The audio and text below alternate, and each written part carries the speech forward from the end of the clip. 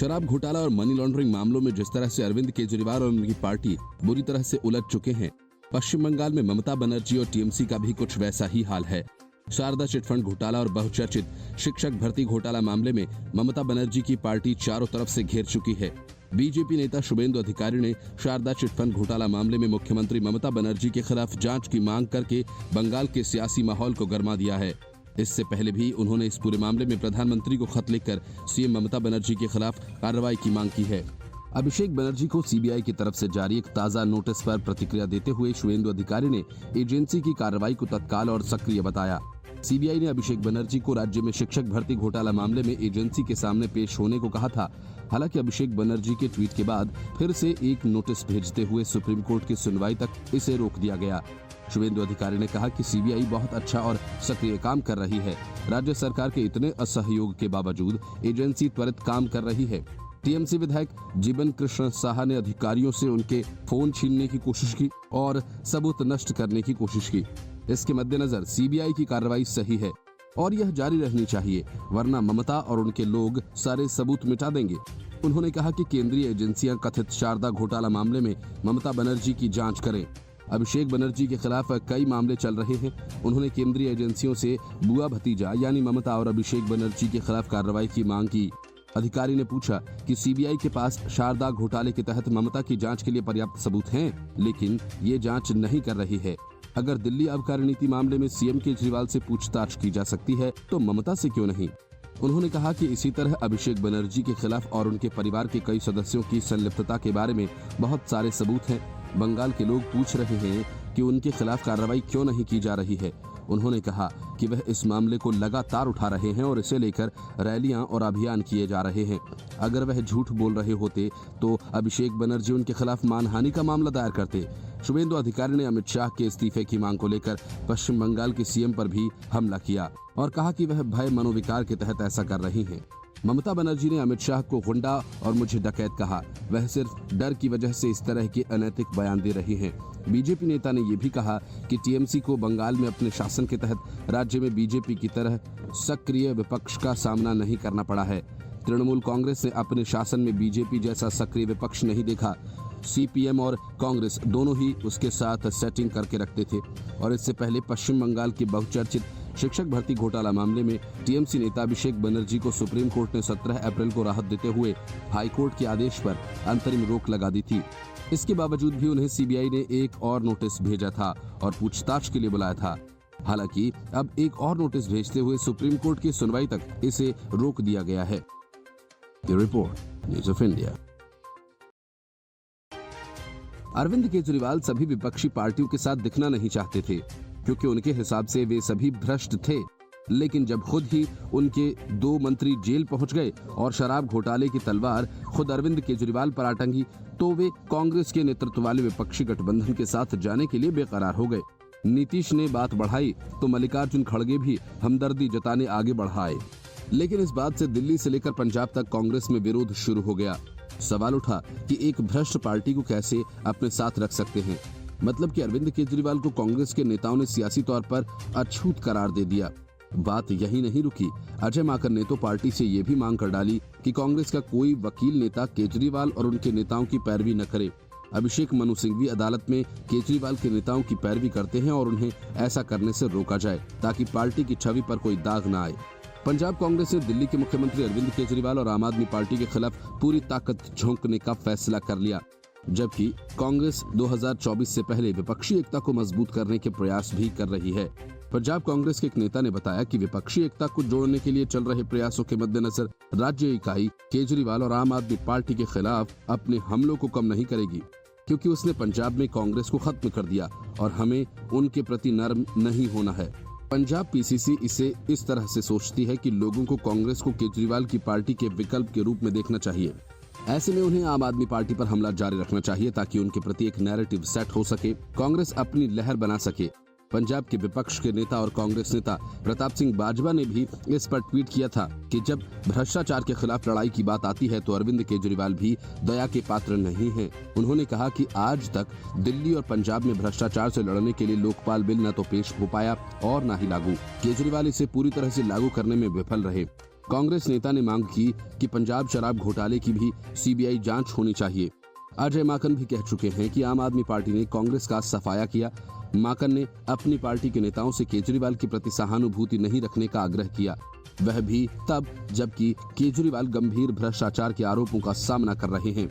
इतना ही नहीं, दिल्ली कांग्रेस अध्यक्ष अनिल चौधरी भी शराब नीति घोटाले का पर्दाफाश करने मनीष सिसोदिया को सलाखों के पीछे भेजने का श्रेय लेते रहे हैं।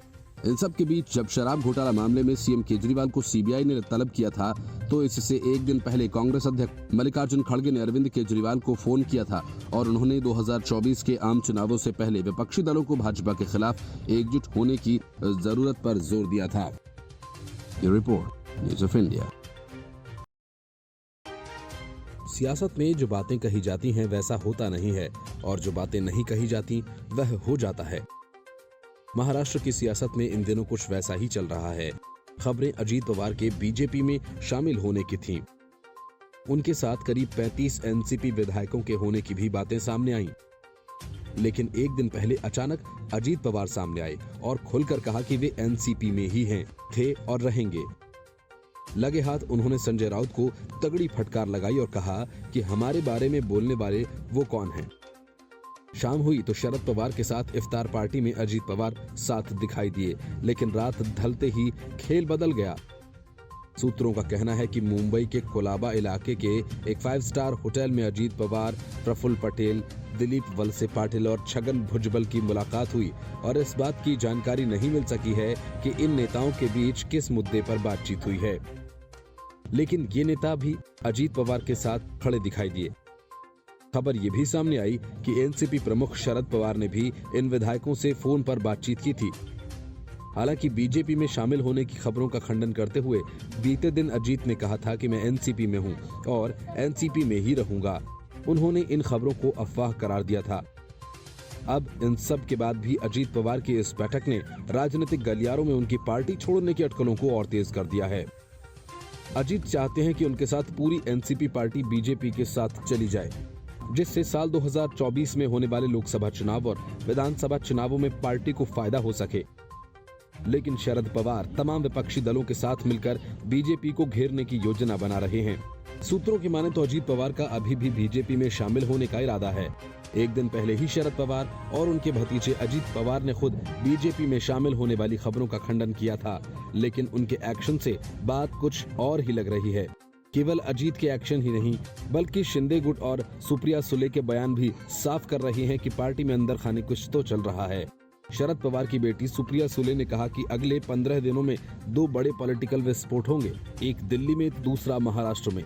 एकनाथ शिंदे गुट के प्रवक्ता नरेश ने कहा कि अगर अजीत दादा एनसीपी के कुछ लोगों को लेकर आते हैं तो उनका स्वागत है। अजीत पवार ने पार्टी सिंबल वाली फोटो को अपने ट्विटर पर और फेसबुक अकाउंट पर से हटा दिया था और इसके बाद उन्होंने कहा था कि अब जब तक जीवित हैं अपनी पार्टी के लिए काम करते रहेंगे। ये रिपोर्ट न्यूज़ ऑफ इंडिया। एक बोतल पर एक बोतल फ्री वाला शराब घोटाला भूल जाइए, क्लासरूम के बदले टॉयलेट बनवाने का घोटाला भूल जाइए, बस खरीद घोटाला को भी भूल जाइए। वजह ये कि केजरीवाल की सरकार के दौरान दिल्ली में हुए सबसे बड़े घोटाले यानी बिजली सब्सिडी घोटाले का जिन बाहर आने को बेताब है। इस बात की भनक लगते ही अरविंद केजरीवाल की सरकार ने प्राइवेट ऑडिटर से सब्सिडी पेमेंट का ऑडिट करवाना शुरू कर दिया है। सवाल ये है कि कोई प्राइवेट ऑडिटर अपने क्लाइंट के खिलाफ कभी रिपोर्ट देता है? नहीं। तो जाहिर है कि सरकार और डिस्कॉम आसानी से प्राइवेट ऑडिट को प्रभावित कर देंगे और रिपोर्ट वैसी ही सामने आएगी जो दिल्ली सरकार चाहेगी। इन बातों को लेकर बीजेपी ने आम आदमी पार्टी सरकार के खिलाफ मोर्चा खोल दिया है और उसने सब्सिडी पेमेंट का ऑडिट कैग से करवाने की मांग की है। दिल्ली बीजेपी अध्यक्ष वीरेंद्र सचदेवा का कहना है कि शराब घोटाले के बाद दिल्ली के मुख्यमंत्री अरविंद केजरीवाल बिजली घोटाले में फंस रहे हैं। सचदेवा ने सवाल उठाया कि कैग के ऑडिट से ऑडिट करवाने की बात आतिशी मार लेना ने कही थी, तो अब तक ऑडिट क्यों नहीं करवाया? सचदेवा ने बिजली सब्सिडी के भुगतान का मामला उठाते हुए पूछा कि 6 साल से कोर्ट में सुनवाई लंबित है, तो इस सरकार ने सुनवाई की अर्जी अभी तक क्यों नहीं दी है? उनका कहना है कि प्राइवेट ऑडिटर को दिल्ली सरकार पेमेंट करेगी। दिल्ली बीजेपी अध्यक्ष वीरेंद्र सचदेवा ने आरोप लगाया कि दिल्ली सरकार, डिस्कॉम और कंपनीज सभी मिले हैं और ये ऑडिट नहीं करवाना चाहते। उन्होंने कहा कि कैग ने जब ऑडिट कराने का पत्र लिखा तब ही ऑडिट करवाने की बात कही जा रही है। सचदेवा ने कहा कि हम इस ऑडिट को नहीं मानते हैं क्योंकि इसे प्राइवेट ऑडिटर से करवाएंगे। उन्होंने कहा कि हमारी मांग है कि कैग से बिजली सब्सिडी का ऑडिट करवाएं। साथ ही दिल्ली बीजेपी प्रमुख ने कहा कि दिल्ली की जनता को आम आदमी पार्टी बेवकूफ समझ रही है। इस मामले पर दिल्ली के नेता प्रतिपक्ष रामवीर सिंह बिधूड़ी ने कहा कि 2013-14 में केजरीवाल कहते थे कि कंपनियां फर्जी बैलेंस शीट बनाकर घाटा दिखा देती हैं। केजरीवाल हमेशा मांग करते थे कि बिजली कंपनीज का कैग से ऑडिट करवाया जाए। बिजली कंपनीज को अब तक केजरीवाल सरकार 13,000 करोड़ सब्सिडी दे चुकी है। उन्होंने कहा बिजली अधिनियम की धारा 2003 की धारा 108 को लागू किया जाए जिससे ऑडिट अनिवार्य हो जाए, लेकिन इस धारा को लागू नहीं किया गया है। उन्होंने कहा कि DERC ने घोषणा की थी कि बिजली चोरी कम होने पर बिजली की दर को कम किया जाएगा। आज 8.5 रुपए प्रति यूनिट बिजली पड़ रही है और कमर्शियल कनेक्शन में 18 रुपए प्रति यूनिट बिजली का बिल लिया जा रहा है। बिधूड़ी ने आरोप लगाया कि दिल्ली सरकार ने बिजली कंपनीज को 8,000 करोड़ रुपए का फायदा पहुंचाया है।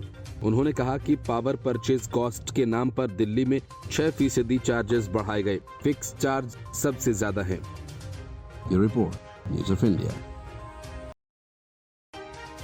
ममता बनर्जी के राज्य में अतीक, अशरफ और असद के लिए कैंडल मार्च निकाला गया। कपिल सिब्बल असद के बाद अतीक मामले की कानूनी नुक्ते निकालने की कोशिश कर रहे हैं। तेजस्वी यादव अतीक जी कह रहे हैं। अखिलेश यादव और उनकी पार्टी मातम मना रही है और अब महाराष्ट्र के अतीक को शहीद बताने वाले पोस्टर्स महाराष्ट्र में लगा दिए गए। लेकिन बात यहीं तक नहीं रुकी। अब माफिया अतीक अहमद को भारत रत्न दिए जाने की मांग उठ गई है। जिस तरह से अरविंद केजरीवाल मनी लॉन्ड्रिंग मामले में गिरफ्तार सत्येंद्र जैन को भारत रत्न दिए जाने की बात कह चुके हैं, कुछ वैसा ही उत्तर प्रदेश के प्रयागराज के एक कांग्रेस के नेता ने अतीक अहमद को शहीद बताते हुए भारत रत्न से सम्मानित किए जाने की मांग कर डाली। ये बयान कांग्रेस पार्टी के पार्षद प्रत्याशी राजकुमार उर्फ रज्जू भैया ने दिया। इसका वीडियो भी सामने आया है। उन्होंने दावा किया कि अतीक अहमद ने शहादत पाई है, इसलिए उसके शव पर तिरंगा रखा जाना चाहिए था। साथ ही उसने आरोप लगाया कि मुख्यमंत्री योगी आदित्यनाथ के नेतृत्व वाली भाजपा सरकार ने अतीक अहमद की हत्या करवाई। उन्होंने समाजवादी पार्टी के संस्थापक मुलायम सिंह का नाम लेते हुए कहा कि अगर उन्हें पद्म विभूषण मिल सकता है तो फिर अतीक अहमद को भारत रत्न क्यों नहीं। शहर में कांग्रेस के पुराने नेता राजकुमार नगर निगम के वार्ड नंबर 43 साउथ मलाका के पार्षद प्रत्याशी हैं। वीडियो वायरल होने के बाद उन्हें हिरासत में लेकर कोतवाली भी ले जाया गया। वो पहले भी पार्षद का चुनाव लड़ चुके हैं।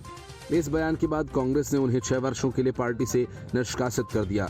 उधर महाराष्ट्र के बीड में अतीक अहमद को शहीद बताते हुए लगाए गए पोस्टर्स पर कार्रवाई की गई, जिसके बाद विवाद खड़ा हो गया।